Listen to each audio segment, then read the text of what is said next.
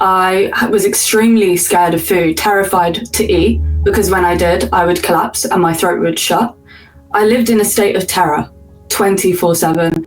My heart rate would go through the roof and I felt like I didn't have control over my body or my mind. It was a very, very, very scary time to be in. And I felt like I had no answers, no one. I wonder how many people out there are experiencing symptoms where they have very low to no quality of life and they're being told that they can't be helped, that nothing can be done. There is no quote unquote CUR either. I was collapsing, like I mentioned previously, every time after I ate. So I became very scared of food. So I would only eat certain things. And I said, right, okay, I'm just going to eat these foods, which I called safe foods. Little did I know they were very far from safe, because when I got my food tests, I was eating all the things that I was a 10 on the scale for. Right at the end, guys, I would eat 3 bananas a day. I was off the scale. I would have almond milk in all of my drinks, off the scale. All of these different things I was eating all the time. So then it made sense that my body was having such a massive reaction after I would eat, because it was the food. Hold on. Food has nothing to do with POTS or dysautonomia, Skye. Mm-hmm. And there can't possibly be a test or an understanding of the test results that's accurate, telling you that a couple foods was what it was. Mm-hmm. So based on your data, so here's the thing, everybody, think about this for a second. She said bananas and almonds. Both bananas and almonds are extremely healthy. You can also get them organic. So does eating healthy solve POTS and the food-related problems with POTS or any other chronic illness? The answer is no, because it turned out you said you were eating 3 bananas every day and almonds with almond milk in a smoothie every day. Yep, and kale as well. And kale was the other one. Yep. Okay. So you said you had a group of safe foods. How big was this list of safe foods you were eating before the program? 10. She was on 10 foods that were safe. Yeah. Okay. If that. And most people, and you saw in the program too, most people come in with the expectation out there that I'm going to get my data and it's going to show I'm allergic to 1 million or sensitive to 1 million things. And I'm going to have to eliminate even more, God forbid, right? What did you end up doing as a result of this data? Did you end up, what happened to that list of 10? By the end of 2 months, were you on 10, less, same, or more foods? I started to fall in love with food. It was like a whole new opportunity of, wait, you're telling me I can eat 98 and 99%. I just can't have that little 1%. I can do that. That's fine. I've dealt with 10 different foods for this long. And now you're telling me I can have 99% of food? Yes, I am.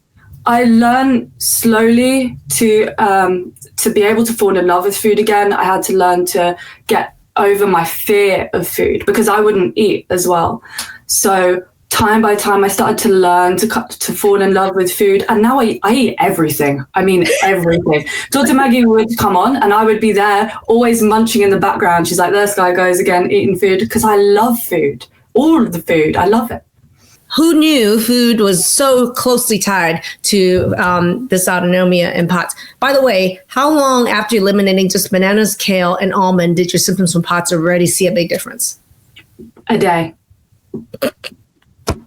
Yeah, guys, a day. That's how important it is with food mapping. One day. 24 hours. 1 day. What doctors could not solve in years, 1 day of changing my eating. Yeah. Who doesn't want this turnaround in a day? Now, there was, is there a second big game changer that you discovered about your data? And that was a big game changer. What's the second thing none of the doctors suspected was the major game changer for you? Hormones. Mm-hmm. Big. And anybody who's heard me say anything about POTS have heard me say that there is an underlying major hormone issue in POTS. Okay, that's the hormones from your ovaries or testicular hormones. There is hormones from your adrenal glands. There is hormones from your thyroid, right?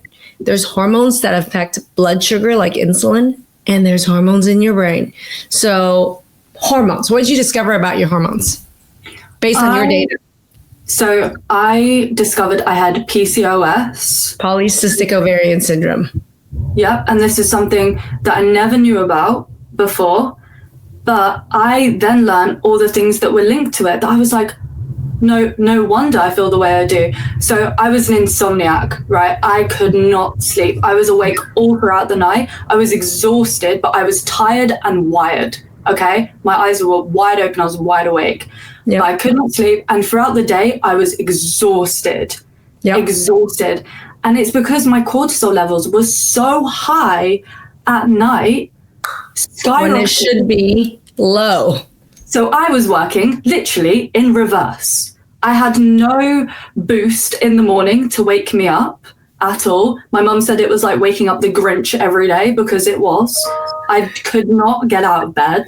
But throughout the night, I was wide awake. And once I started to learn about my hormones and I had this massive imbalance and I had PCOS, I thought, well, that's already one that makes so much sense as to why. Yeah.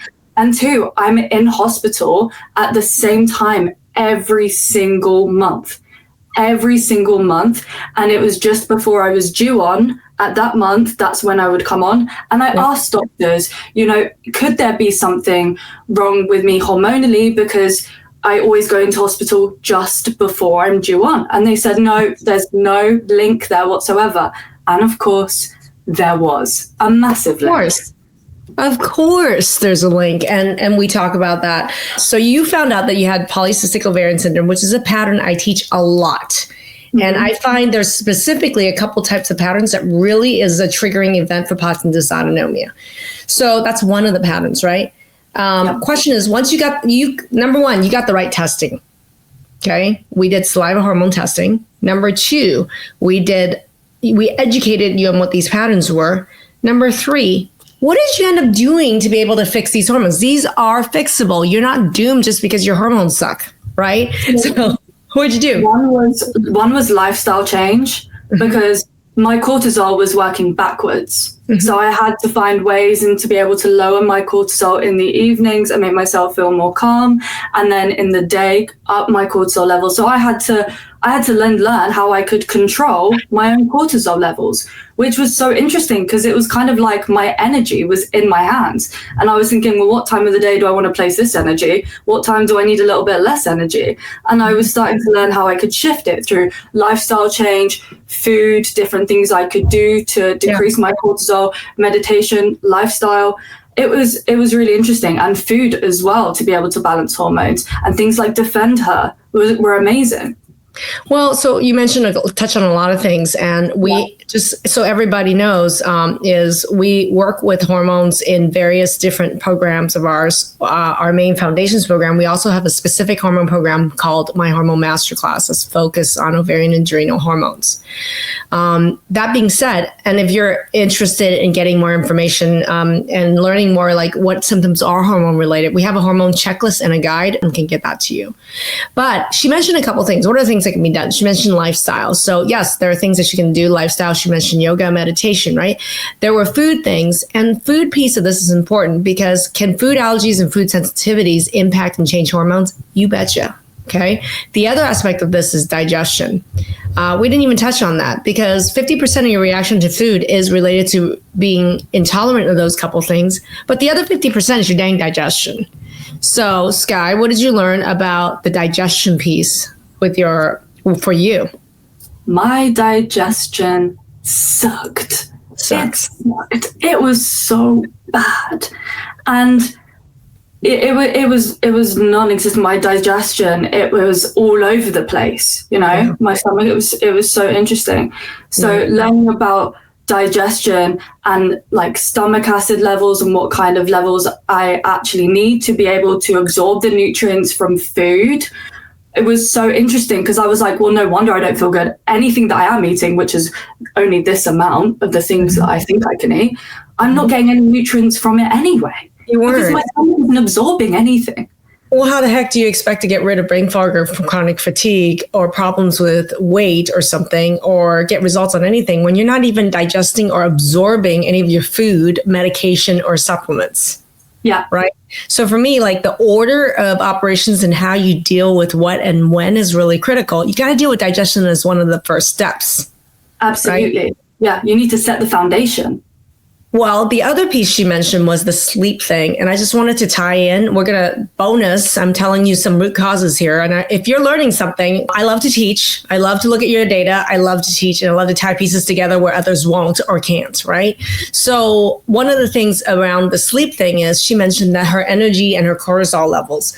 So a reminder is that adrenal cortisol is supposed to go up in the morning and then it's supposed to go down later in the day. And pretty commonly, sometimes in people with POTS, we see a reversal of that pattern. Okay. And the question to me is not just lifestyle, food, but is there supplementation that you can learn to actually fix that or rearrange that pattern? And the answer is yes, yes, and hell yes. And Skye mentioned some of those supplements.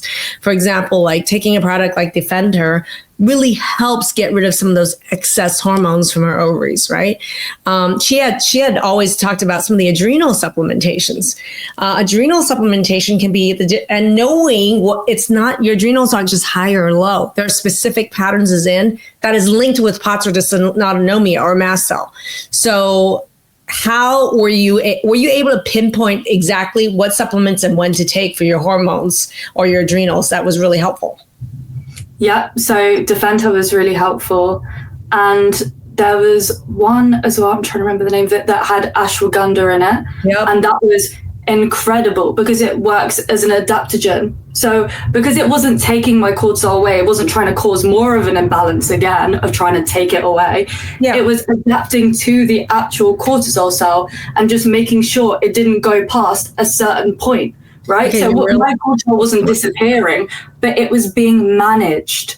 And in that way, I started to feel like in the evenings, I could relax a little bit more, because one thing I want to touch on is insomnia as one of the symptoms is so incredibly debilitating. Awesome. Because I could not relax. I could not sleep, and I was exhausted 24/7. And the only way that I felt at that time I could control it was to drink alcohol. And I drank every single night.